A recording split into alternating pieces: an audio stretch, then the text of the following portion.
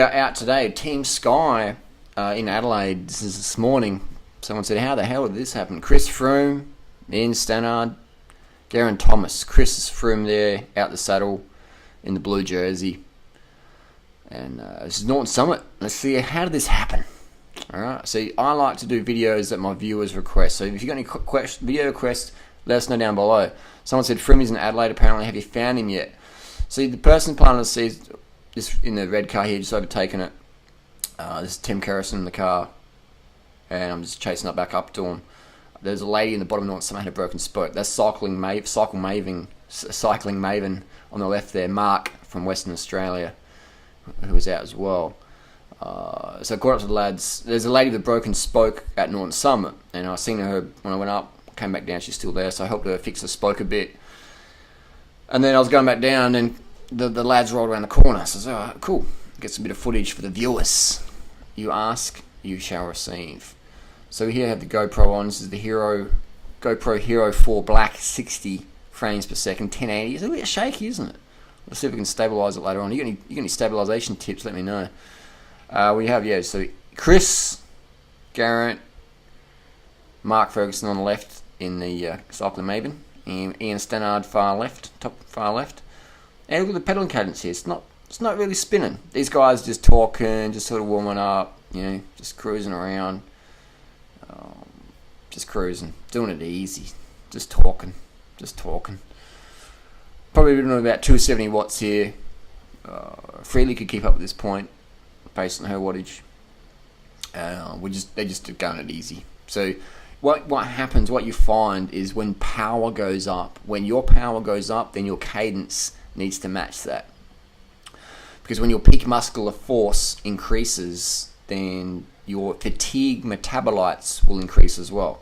So for these guys, they can grind a little bit. The cadence is still really good, it's like over 80. They still do that comfortably because their level of exertion is very low at the moment. But for the average punter, where 270 watts is like they're like, you know, full gas, then they need to bring the cadence up 90 to 100, 110, etc. Otherwise, your fatigue metabolites are going to just be overwhelmingly excessive, and your performance is going to be reduced. So you can see here, just cruising, doing it easy. Out the saddle. So you've got two of the riders there, left. Out the saddle. Out the saddle is a good technique to learn. You can put your body weight on the pedals, and what you want to do, see what Geraint is just swaying that saddle left to right, left to right. You've really got to learn how to do that. I don't recommend my viewers sprint out the saddle on the flat, because if you slip a gear, like in my ebook, if you read my ebook, Dream Rider's Lean Body Bible, I'll say don't sprint out the saddle.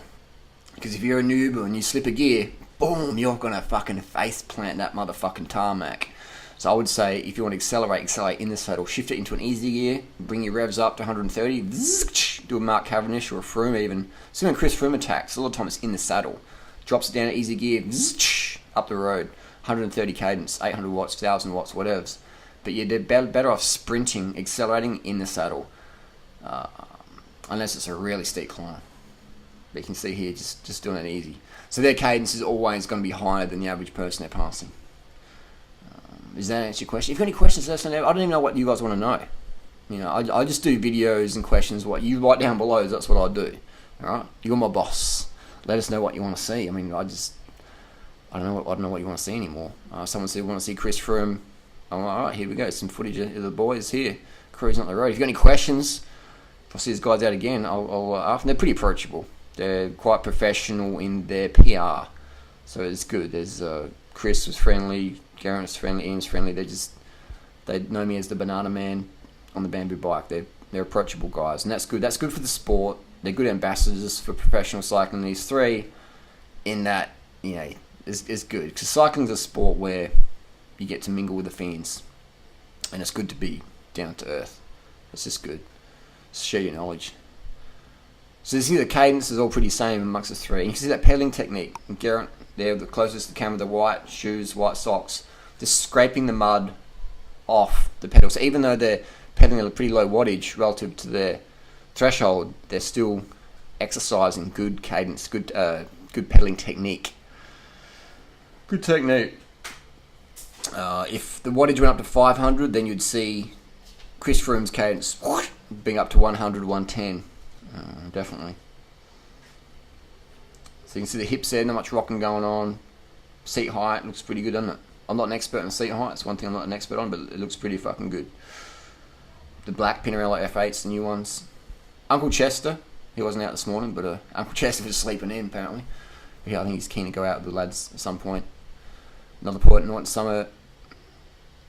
So you can see his hips, it's pretty stable. Chris Froome, here we go. Chris Froome's out the saddle, and you see how the body's pretty straight and the saddle wags side to side. All this does, it can sort of alleviate a bit of saddle pressure and just use the body weight, different muscles, etc. Use your quads more.